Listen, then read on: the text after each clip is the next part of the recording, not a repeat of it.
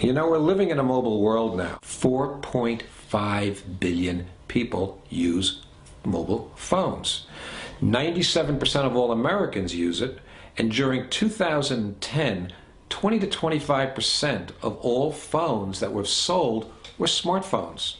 Smartphones are iPhones, Blackberries, Android phones, and what ends up happening is that these phones allow you to do multiple things. Email, surf the web, take pictures, take movies. You have an address book there. You can message back and forth.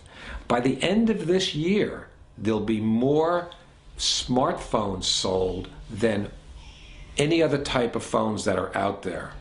The expectation is that by the end of next year, you will have more people surfing the internet using smartphones than using PCs.